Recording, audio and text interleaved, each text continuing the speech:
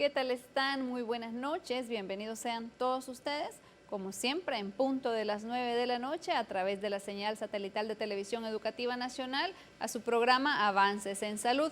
Yo soy la doctora Mariela Medina. Le invito a que me acompañe miércoles y jueves a través de Canal 10, pero también si usted no tiene acceso a la señal satelital de TEN Canal 10, puede perfectamente sintonizarnos y ver nuestros programas completamente en vivo a través de la plataforma www.tencanal10.tv. Un saludo cariñoso y cordial para todas esas personas que se reportan en sintonía desde todo el interior del país, también Francisco Morazán, Tegucigalpa, que nos escriben, que se comunican con nosotros solicitando temas especiales de su interés para mejorar su salud. Tenga la seguridad que estamos trabajando en ello y que pronto tendremos diferentes especialistas hablando sobre novedades y, por supuesto, tratamientos que ayudarán a mejorar su salud en diferentes especialidades médicas.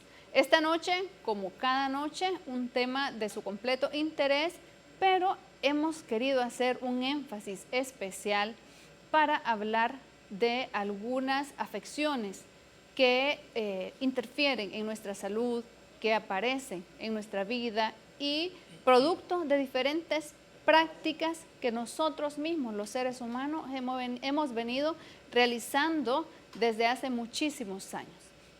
Contamos con la grata presencia de dos excelentes colegas en el área de enfermedades infecciosas, el doctor Efraín Bu Figueroa, reconocido médico y catedrático de generaciones, y por supuesto la doctora Diana Varela, ambos infectólogos que nos acompañan para platicar sobre el cambio climático y el impacto en la salud de los seres humanos.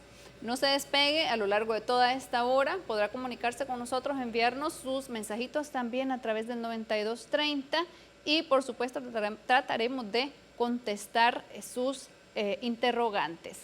Para comenzar, tenemos un video que producción nos ha preparado, extractado de otro país, pero con una población muy similar a la nuestra en cuanto a características, que también ha sufrido muchísimos daños en su salud debido al cambio climático y las diferentes prácticas humanas. Veamos el video y regresamos inmediatamente con nuestros invitados de esta noche. Desde la mitología de las antiguas civilizaciones, las ideas judeocristianas, pasando por el pensamiento de algunos filósofos y hasta las teorías científicas como el Big Bang, el descubrimiento del origen del universo constituye uno de los más grandes logros del hombre. El Sol, los planetas junto con sus satélites, planetas menores, asteroides, cometas, polvo y gas interestelar son algunos elementos que conforman el maravilloso universo. Vivimos en un planeta único. La Tierra es un planeta vivo y sus ciclos naturales han sostenido la vida durante miles de millones de años. Sin embargo, la actividad humana sobre la Tierra se ha hecho evidente con la huella que imprime, en especial desde los últimos 50 años, generando grandes concentraciones de gases que contaminan al planeta. Toda esta contaminación ha ocasionado que la radiación solar que entra al planeta se mantenga y produzca el efecto invernadero, elevando la temperatura del planeta, poniendo en mayor riesgo a todo el ecosistema. La Organización Mundial de la Salud estima que cada año 3,7 millones de personas mueren a causa de la exposición a aire contaminado en las áreas urbanas. El cambio climático nos afecta a todos. En Michoacán, hemos sufrido diversos fenómenos que amenazan nuestro bienestar y seguridad. Intensas lluvias que provocan deslaves e inundaciones. Huracanes y tormentas tropicales de mayor intensidad. Olas de calor provocadas por las altas temperaturas. Heladas y frentes fríos extremos. Así como nuevas enfermedades, chikungunya y zika, transmitidas por vectores, moscos, en regiones donde antes no habitaban. ¿Qué puedo hacer yo para detener esto? Aprende sobre la salud del planeta. Utiliza responsablemente el agua. Desconecta aparatos electrónicos cuando no los utilices. Reduce el consumo y recicla el papel. Adopta y cuida una planta. Comparte tu auto. Camina y usa más la bicicleta. Cuidando la salud del planeta, cuidamos nuestra vida.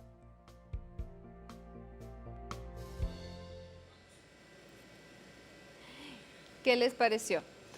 Definitivamente sabemos que las prácticas que hemos venido teniendo desde unos años acá han afectado de manera directa nuestro planeta. Gran cantidad de contaminantes ambientales, contaminación atmosférica, contaminación de las aguas, de los océanos, grandes cantidades de basura. Y esto directamente ha influido sobre la salud de la población mundial. Como les dije al principio del programa, esta noche, pues en la grata compañía de dos excelentes colegas especialistas en enfermedades infecciosas, la doctora Diana Varela y el doctor Efraín Bu Figueroa. Bienvenidos, muchísimas gracias por acompañarnos. Gracias por la invitación. Es un placer para nosotros estar con ustedes, que ustedes nos puedan acompañar y sobre todo que vamos a platicar de este problema que se ha convertido en un problema de salud mundial y nuestra población, por supuesto, no es excepción a esta situación. En el país, así como en toda nuestra región, tenemos gran cantidad de enfermedades actualmente producidas por situaciones directamente relacionadas con el cambio climático. Y ¿por qué se está produciendo esto? Veíamos en el video algunas cosas, pero en general, ¿por qué directamente el cambio climático va a afectar nuestra salud? Doctor Figueroa. Bueno, muy buenas noches a todo su público televidente y gracias, doctora, por su invitación. Bueno, en efecto, el planeta en estos tiempos está sujeto, yo diría, más que cambio climático, un deterioro climático. Según los estudiosos de este tema, desde 1850 hasta la fecha, que se ha estudiado más sistemáticamente esta situación, creo que esto comenzó a hacerse, estos estudios en 1950, por el doctor geofísico James Wallace Brooker, que acaba de fallecer justamente, fue profesor de la Universidad de Columbia en Estados Unidos. Él empezó a hablar de este tema, pero los estudios vienen de más atrás.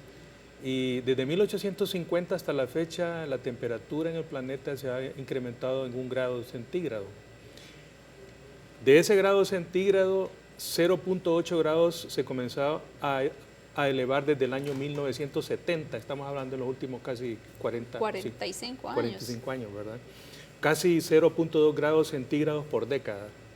Desde está produciendo un calentamiento en todo el globo. ¿Y cómo es que se produce este calentamiento? Bueno, es precisamente en la época industrial, de la industrialización, y particularmente en el siglo XX, cuando la industrialización llega a su máximo apogeo, en grandes países como Europa, Australia, Estados Unidos, Canadá, ahora China, ¿verdad? En que se produce por las fábricas demasiados gases, como lo mostraba el documental que usted nos mostró al inicio, con efecto invernadero. Estos gases son el metano, ¿verdad? El CO2, o sea, el dióxido de carbono, y óxidos de nitrógeno. Estos gases se van a la atmósfera, ¿no? Pero se quedan ahí. Entonces, ¿qué pasa cuando la luz solar manda radiaciones a la Tierra? ¿Verdad? Esas radiaciones, una parte de esas radiaciones se absorben por la Tierra, pero otra parte de esa radiación es rebotada hacia la atmósfera. Entonces, cuando se rebota hacia la atmósfera, esa radiación es capturada por las moléculas de los gases con efecto invernadero, y esa masa de moléculas con gases con efecto invernadero devuelve esa radiación a la superficie terrestre. Y eso es lo que produce el calentamiento del cual hablaba originalmente. Ahora bien, ¿cuál es el impacto que tiene ese calentamiento planetario, global, sobre la salud? En términos generales, afecta notablemente la salud de la población en el área, por ejemplo, cardiovascular, en el área respiratoria, en el área entérica. También favorece cambios en la conducta de los seres humanos, produciendo trastornos psiquiátricos de diferente índole. En la parte de enfermedades infecciosas, uno de los aspectos importantes es que debido al calentamiento, las fronteras de los vectores y de los reservorios se pierden. Los nichos que tienen los insectos y los roedores, para el caso, van desapareciendo y les da posibilidades de ampliar su territorio, ¿verdad? Y eso consecuentemente favorece, y tal vez podemos hablar más en detalle esto más adelante, favorece la proliferación de vectores que a su vez producen una serie de enfermedades infecciosas. Y el ejemplo más vívido que tenemos en este momento es el surgimiento del chikungunya y del Zika hace apenas 4 o 5 años en el continente americano, ¿verdad? Y que ha progresado, doctor. Que no existían y que han proliferado continente. de manera increíble, y se han expandido rápidamente. en forma epidémica, ¿verdad? En todo el continente americano. En efecto, pues una gran cantidad de afecciones, tal cual usted las englobó, doctor, mejor no lo pudimos haber hecho. Y tenemos toda esta gran cantidad de problemas, de patologías, que a veces yo me pregunto, ¿será que los seres humanos no estamos tan conscientes del daño que hemos causado y que seguimos causando? No estamos tan conscientes de la magnitud del problema. Justamente vamos a tener próximamente aquí en Tegucigalpa el Congreso Nacional de Enfermedades Infecciosas. Doctora, ¿qué nos puede contar del Congreso? Para que aprovechemos y también invitamos a nuestro público para que puedan asistir al Congreso. Bueno, nosotros lo que quisimos es abordar todas las enfermedades, porque el tema es el impacto en la salud humana, pero obviamente le estamos dando el enfoque infectológico.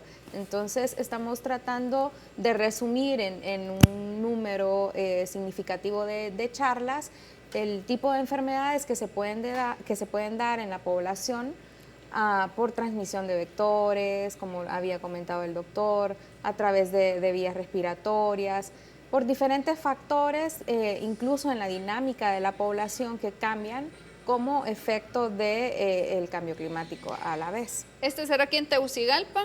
Sí, así es. El 20 de junio. 20, 21 y 22 de junio. Perfecto. Entonces, a nuestros televidentes, por supuesto, especialistas de diferentes áreas médicas, están cordialmente invitados a que puedan acompañar a la Sociedad Hondureña de Infectología a este congreso que estará muy completo y por supuesto estará hablando justamente de este tema, enfermedades infecciosas asociadas al cambio climático. Este 20, 21 y 22 de junio, Hotel Clarion, aquí en Tegucigalpa. Están cordialmente invitados, la información en pantalla, no se lo pierdan, por supuesto, avalado por CENEMEC, ¿sí?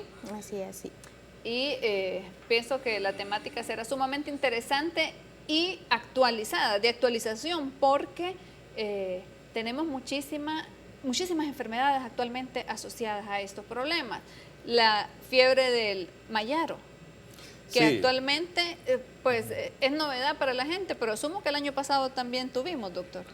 Bueno, es interesante la pregunta, porque algunos piensan que esto es una enfermedad nueva y es un germen nuevo. En realidad, tal vez es nuevo de hablarse de él en esta región centroamericana, pero el virus mayaro fue descubierto en 1954 y desde entonces han ocurrido episodios de epidemias en Sudamérica, brotes epidémicos básicamente en Brasil, en Bolivia, en toda la zona panamazónica de los países de Sudamérica, Colombia, Venezuela, y es un virus básicamente selvático, ¿no? Este virus circula como una enzootia, o sea, como una que en la parte humana le decimos endemia, pero en la parte animal hablamos de enzootia dentro de las áreas selváticas, circula desde hace muchos años y probablemente desde tiempos atrás, ¿verdad? Y en estos países centroamericanos en realidad se comenzó a hablar en Haití, el Caribe, ¿verdad? Hace unos 2 o 3 años se detectó un caso, ¿verdad? Y han habido casos de forma aislada en México en el año 2001, ¿verdad? Y en Venezuela, bueno, han habido epidemias, la última que hubo fue en el 2010. En Costa Rica, Panamá y Guatemala se han descrito casos aislados. O sea, no es en realidad tan nuevo, es decir, nuevo quizás en nuestro ambiente, conocerlo ¿verdad? en nuestro ambiente. De conocerse, pero es un virus, es posible incluso que el virus haya circulado y no se haya detectado, porque no se tienen o no se tenían en aquel momento las herramientas laboratoriales para detectarlo. Y afortunadamente este es un virus que no es letal, ¿verdad? Y que se autolimita. Perfecto. Se autolimita. Voy a pedirles que hagamos una brevísima pausa comercial, pero quiero que continuemos hablando de esta y de muchísimas más situaciones que están asociadas al cambio climático relacionadas justamente con nuestra salud. Regrese con nosotros, esta noche tenemos invitados de lujo y continuamos con ellos inmediatamente después de esta pausa.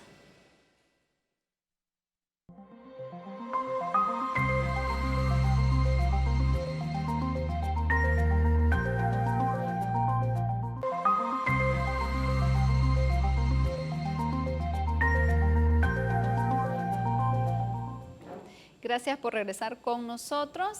Estamos conversando esta noche con el doctor Efraín Bu Figueroa, la doctora Diana Varela, especialistas en enfermedades infecciosas, sobre el cambio climático y el impacto de este sobre la salud de la población mundial.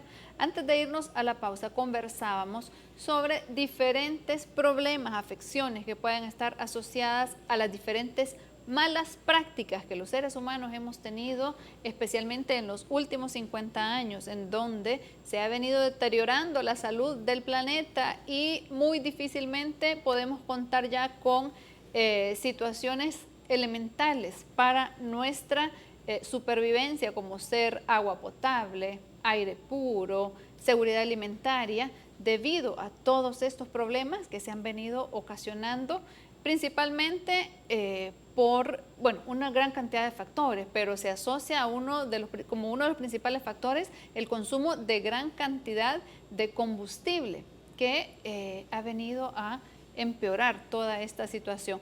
¿Cuáles podrían ser los factores que mayormente se asocian a este deterioro que hemos tenido en el ambiente? Cuando hay un cambio climático, yo creo que la primera reacción en la población es obviamente migrar, o sea, buscar un lugar que sea más adaptado a nuestra supervivencia, ¿no? Por ejemplo, en los casos en donde ocurren esos golpes de calor que la gente incluso hasta fallece, ¿no? Y lo mismo ocurre cuando hay inundaciones, cuando hay desastres naturales, las personas tienden a migrar y esto obviamente lleva al hacinamiento y a otras condiciones que no son las mejores para un ser humano y que lo hacen susceptible a padecer de ciertas infecciones, ¿verdad? Sobre todo cuando estamos hablando de agua contaminada, de aire que no es puro, de comida que no está bien preparada. Y en muchísimas ocasiones dificultades inclusive para alimentarse asociado a este problema que tenemos de que ya no podemos sembrar, no tienen tierras de cultivo, no tienen agua para que estas tierras de cultivo vengan. Por lo tanto, existe una gran cantidad de poblaciones que se ven afectadas. ¿Cuál sería, doctor Efraín, las poblaciones mayormente vulnerables que se ven mucho más afectadas con todos estos problemas? Bueno, en nuestros países en vías de desarrollo con altos niveles de pobreza y marginalidad, esas son justamente las poblaciones más vulnerables, las que no tienen sistema de alcantarillado, no tienen vivienda de calidad, no tienen acceso a una comida integral, no tienen ropa adecuada, vías de comunicación en situación precaria. O sea, viven en unos ambientes propicios precisamente para ser los más afectados con los deterioros climáticos, ¿verdad? Y con las consecuencias que estamos abordando en este momento, que son las enfermedades infecciosas. La doctora hablaba del agua, el agua, por ejemplo. Es decir, estas poblaciones generalmente no tienen acceso a agua segura, ¿verdad? Y incluso cuando tienen acceso a agua segura, que la acumulan, esa agua, como no está adecuadamente guardada, digamos, se convierten en potenciales criaderos de los mosquitos, que son los que van a transmitir una serie de estas enfermedades de las que ya hemos hablado. Entonces, son factores importantes.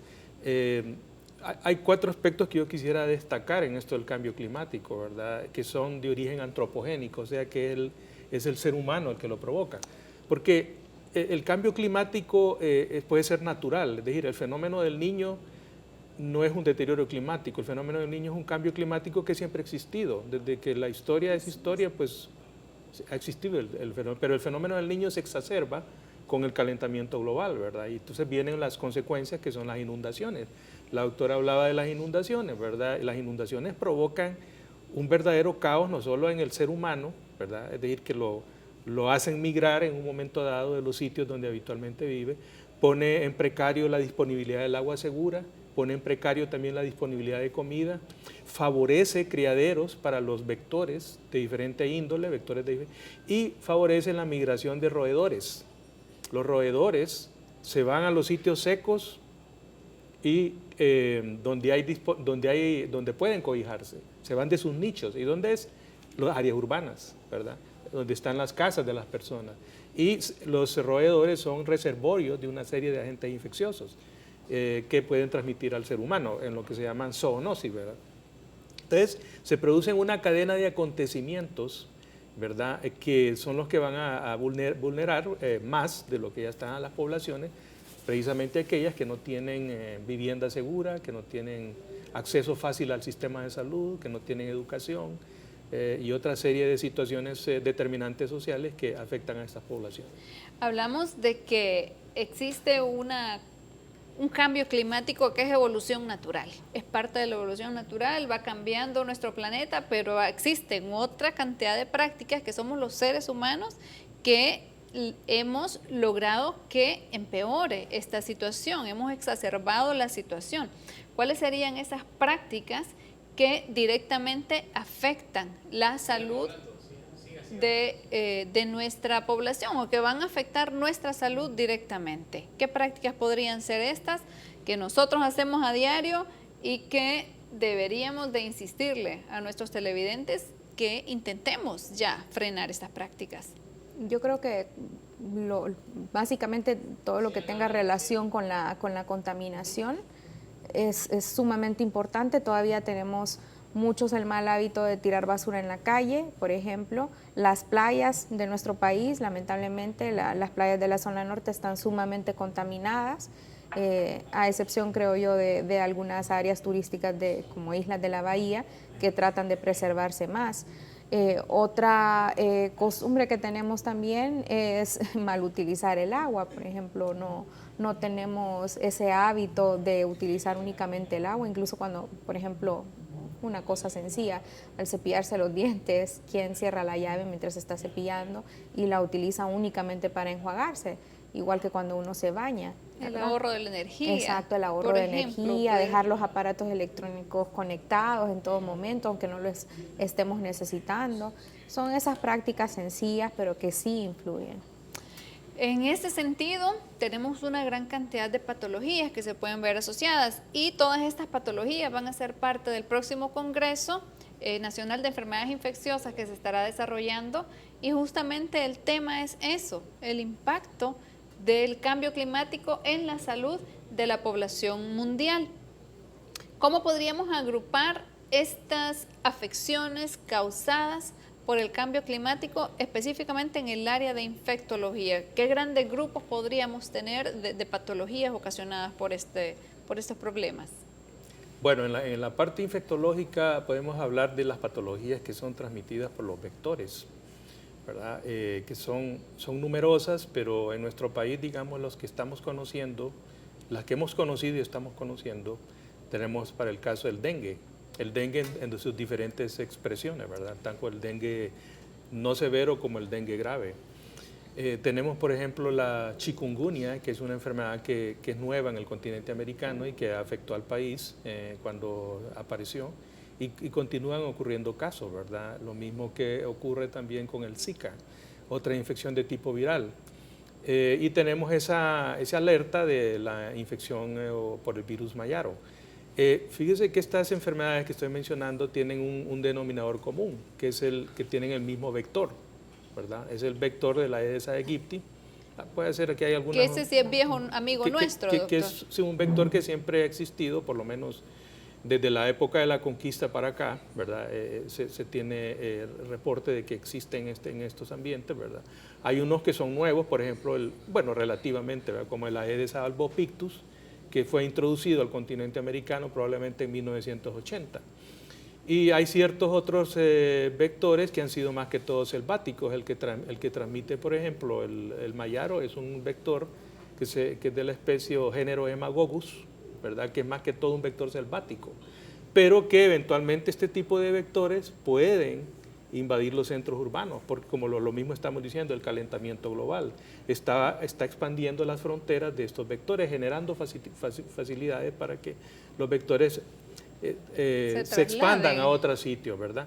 Luego que es importante destacar que el estancamiento de las aguas, el calentamiento global favorecen que el vector se desarrolle con mayor rapidez, ¿verdad? La fase de larva a forma adulta se hace en periodo más corto, ¿verdad? En primer lugar, y en segundo lugar, la incubación del virus dentro del vector es también más rápida, en menos días requiere, ¿verdad? Entonces, son vectores que tienen una capacidad de reproducibilidad bastante acelerada, y obviamente entre más temprano aparece el vector ya a la forma adulta, busca alimentarse rápidamente, ¿no? Y desarrolla capacidades de alimentarse con mayor eficiencia. Entonces va a haber mayor presencia de vector y mayor afectación, mayor picaduras a los seres humanos, ¿verdad? Eso para ponerle el ejemplo de los vectores. El otro ejemplo, y le puse 4 enfermedades que son conocidas en nuestro medio. Puede ser que hayan más enfermedades que ya están aquí, no las hemos identificado. Ese es el caso, por ejemplo, de la encefalitis de San Luis o la encefalitis del oeste del Nilo, ¿verdad? Que está descrita en todo Centroamérica, solo en Honduras no se ha descrito. ¿Por qué? Porque no tenemos las capacidades diagnósticas a nivel estatal todavía para buscar este virus, que la mayoría de las veces produce un cuadro que es subclínico o larvado, que no siempre va a terminar siendo una encefalitis, puede ser una virosis que es autolimitada, ¿verdad? Pero puede ser que ya esté en el país. Y no probablemente ya tuvimos casos y no es muy hemos sido probable que no se ha podido documentar porque no momento. tenemos la capacidad laboratorial. Sí. Porque si se ha descrito en El Salvador, en Nicaragua y Guatemala, ¿por qué no ser descrita en Honduras? Sí, es lo más fácil, es lo mayor, es lo que es más posible, que sí la hemos tenido y que no seamos capaces, no hemos sido ahorita, no tenemos las capacidades de poder detectarla al momento. Hablamos de poblaciones vulnerables en diferentes tipos de enfermedades. Cuando hablamos de enfermedades infecciosas, también podemos mencionar ciertos tipos de poblaciones. También son más vulnerables los niños, por ejemplo, los adultos mayores, las mujeres embarazadas. ¿Qué tipo de población estén más en riesgo que el resto de población y que deberíamos de hacer mayor énfasis para sus cuidados? Lamentablemente, pues siempre sigue siendo los países más afectados son los países que están en vías de desarrollo. Y las personas más afectadas suelen ser las personas de bajos recursos económicos, porque son las personas que no tienen acceso a agua potable, las personas que se encuentran en condición de desnutrición o que viven en condiciones de hacinamiento, donde es más fácil que se transmita, por ejemplo, una infección respiratoria como la tuberculosis, que es bien conocida en nuestro país. Entonces, lamentablemente sí sigue siendo esta población la que tiene mayor riesgo. Y sobre todo, también importantísimo mencionar que algunas de estas afecciones está bien identificado y muy documentado que pueden causar afecciones en el feto cuando se trata de mujeres embarazadas, doctor. De hecho, tuvimos una gran cantidad de mujeres embarazadas fallecidas cuando comenzó los casos de Zika, cuando comenzamos a identificar casos de chikungunya y, por supuesto, también muchísimas afecciones fetales. Sí, es correcto, ¿verdad? Eso ya está bastante bien descrito, ¿verdad? Esta epidemia de Zika en América Latina trajo consecuencias sobre los fetos, ¿verdad? En Brasil hubo realmente una epidemia terrible de malformaciones, particularmente de microcefalia, ¿verdad? Otra enfermedad que es importante y no la perdamos de vista es la malaria. La malaria en la embarazada puede ser mortal, ¿verdad? Claro. Y hay variedades de malaria, ¿verdad? Hay unas malarias que son muy severas, que la tenemos circulando en el país, aunque no en grandes cantidades, que es la producida por el Plasmodium falciparum, ¿verdad? Que es un plasmodium bastante agresivo comparado al que predomina, que es el Plasmodium vivax. Es importante. Otras enfermedades, un par de enfermedades más que es importante destacarlas, y que siempre han estado prevalentes en nuestro medio, pero que sus vectores pueden adquirir nuevas capacidades para diseminarse por el cambio climático, se refiere a la leishmaniasis. ¿verdad? Y al Chagas, que son transmitidas también por vectores insectos. Claro. Los flebotominos y los triatominos, ¿verdad? Todos estos muestran cuadros clínicos similares, varios de ellos cuadros clínicos similares. Al volver de la pausa, me gustaría que platicáramos un poquito del cuadro clínico, porque muchísimas veces la población se confunde. Yo conozco casos de personas fallecidas que lo que tenían era dolor abdominal y resultaron posteriormente con complicaciones graves y posteriormente la muerte. Vamos a hacer una pausa comercial, cumplimos con algunos compromisos comerciales, pero regresamos inmediatamente con más del tema de esta noche, el cambio climático y el impacto en la salud de la población humana. Ya volvemos.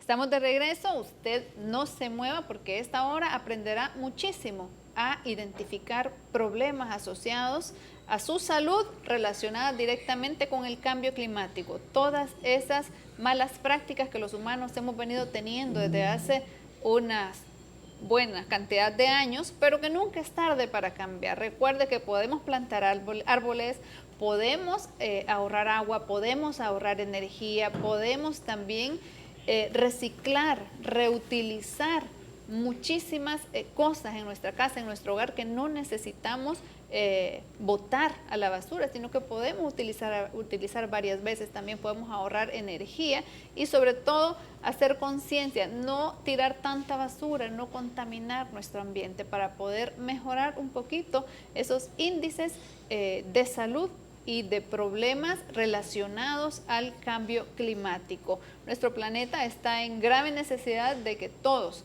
podamos atenderlo. Esta noche platicamos con el doctor Efraín Bu Figueroa, la doctora Diana Varela, ambos especialistas en medicina interna, pero también en infectología.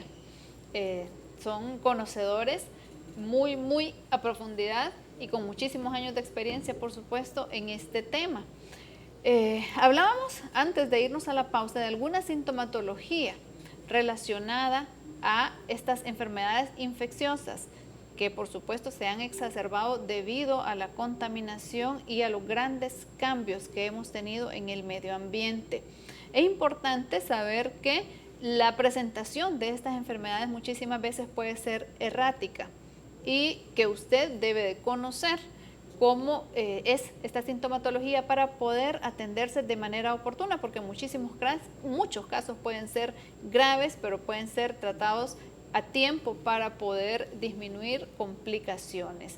¿Qué diferencias podríamos mencionar? Porque hablábamos que varias enfermedades son transmitidas por el mismo vector, por ejemplo, dengue, tanto el dengue grave como el dengue no grave, chikungunya, zika, y de hecho la fiebre de Mayaro que tenemos actualmente, transmitidas por el mismo insecto, pero las entidades clínicas pueden ser diferentes. ¿Cuáles serían, doctora, las principales manifestaciones clínicas y las grandes diferencias que podríamos encontrar entre una enfermedad y otra? Todas tienen un cuadro clínico muy similar.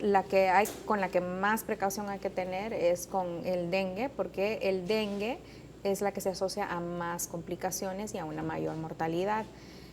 Siempre que una persona tenga una enfermedad febril aguda, que todas son enfermedades febriles agudas, deberían acudir con tiempo prudente a un centro de salud, porque hay ciertos datos laboratoriales que nos pueden apuntar un poco más hacia una que hacia otra.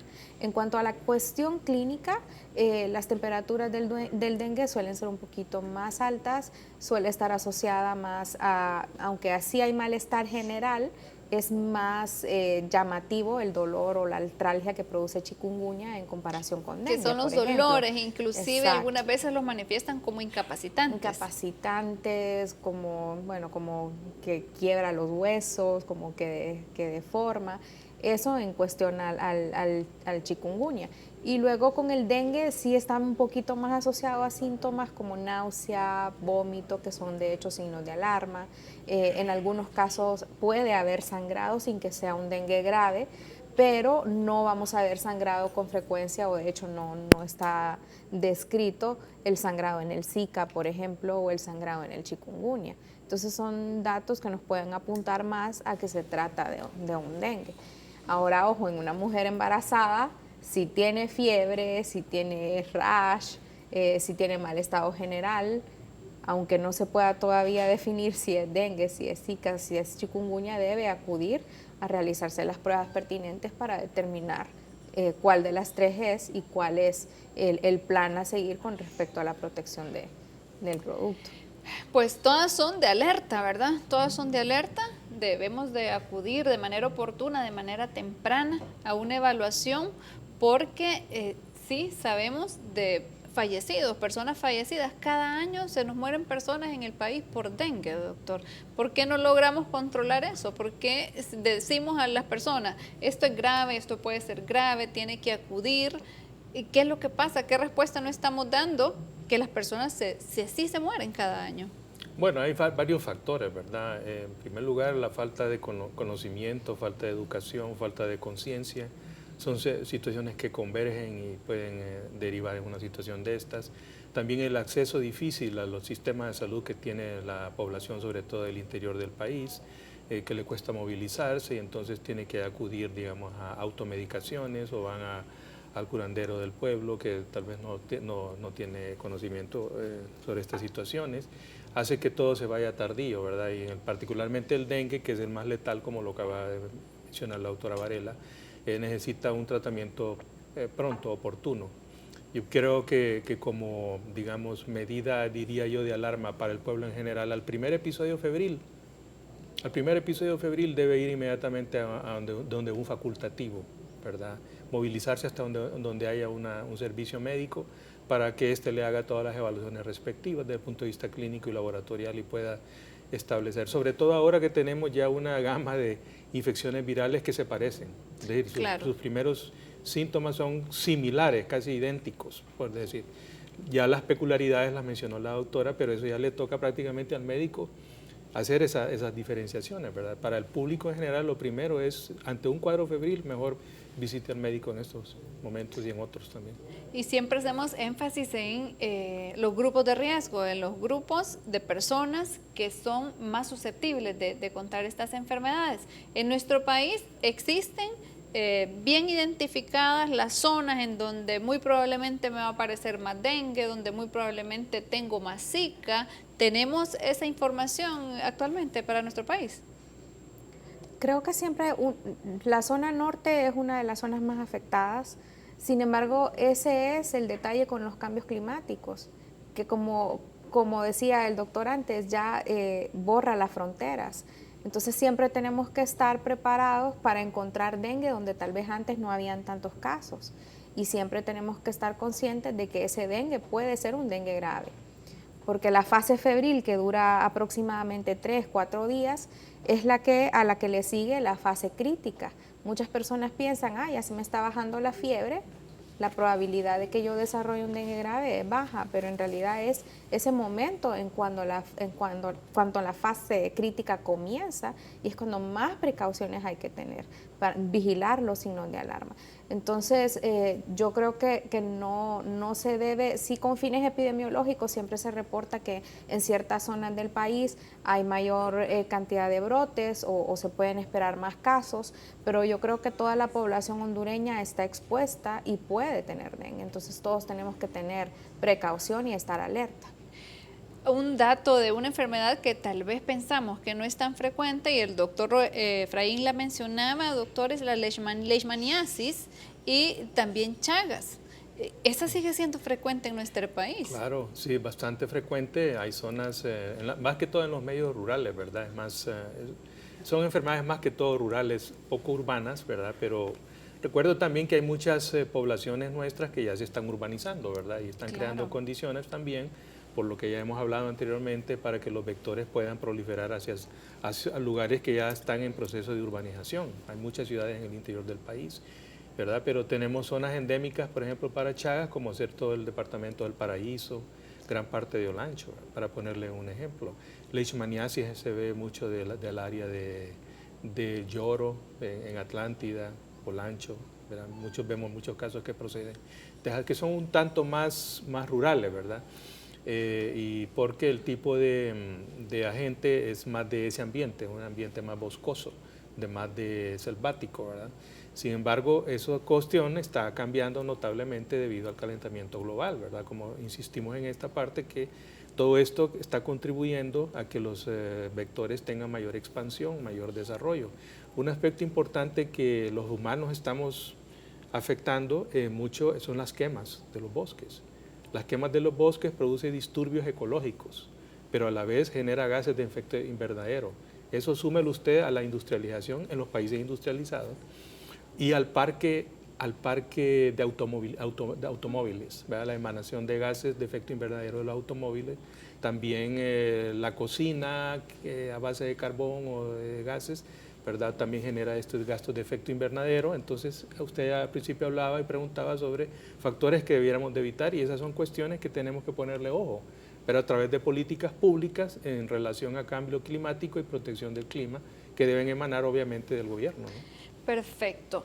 Vamos a detenernos brevemente porque tenemos todavía mucho que conversar sobre este tema, principalmente en qué hacer, cómo prevenir y actualmente qué hacer para mejorar toda esta situación. Regrese con nosotros inmediatamente después de esta pausa.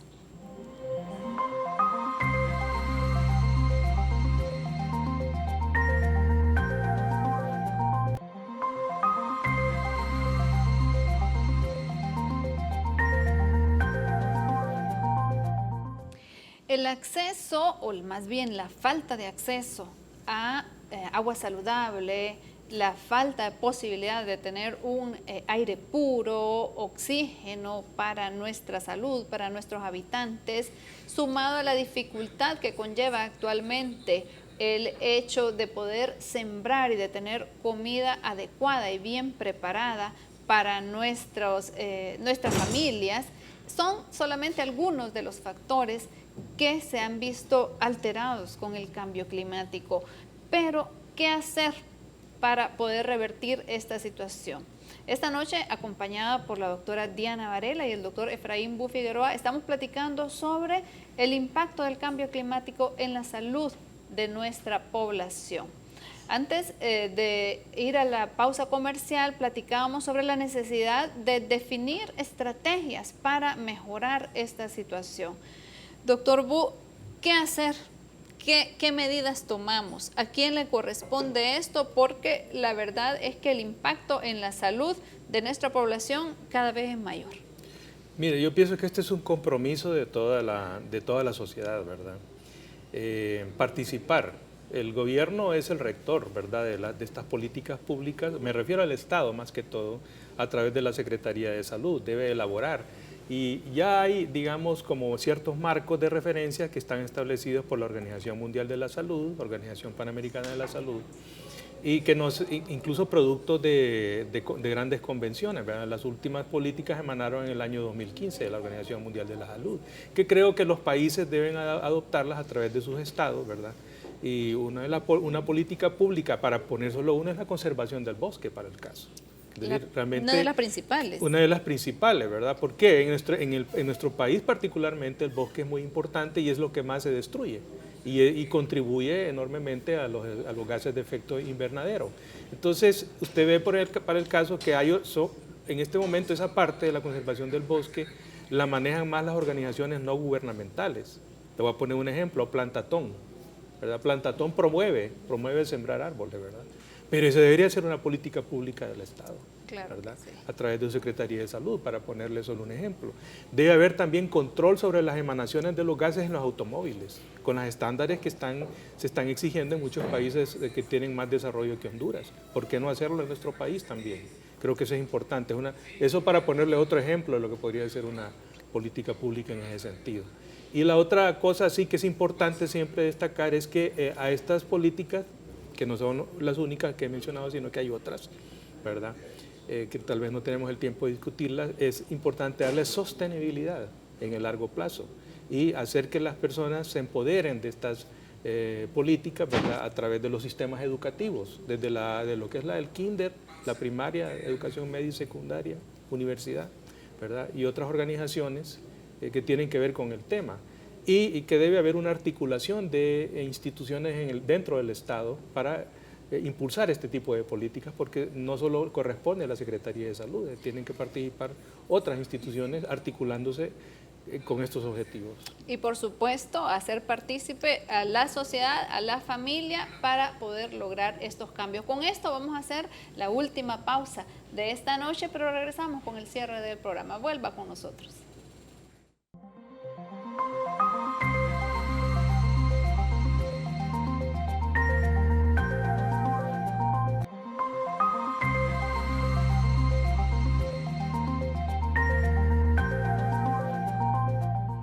El programa ha sido insuficiente para conversar todo lo que nos hubiese gustado plantearles con respecto al impacto del cambio climático y nuestra salud. Por supuesto, pues hemos tratado de abordarlo de manera resumida y no queremos dejar la oportunidad para que la doctora Diana nos invite a este congreso, en donde sí se hablará mucho más de manera extendida y por supuesto por profesionales expertos de altas capacidades sobre las diferentes enfermedades ocasionadas por el cambio climático, doctora. Así es, están todos los colegas cordialmente invitados.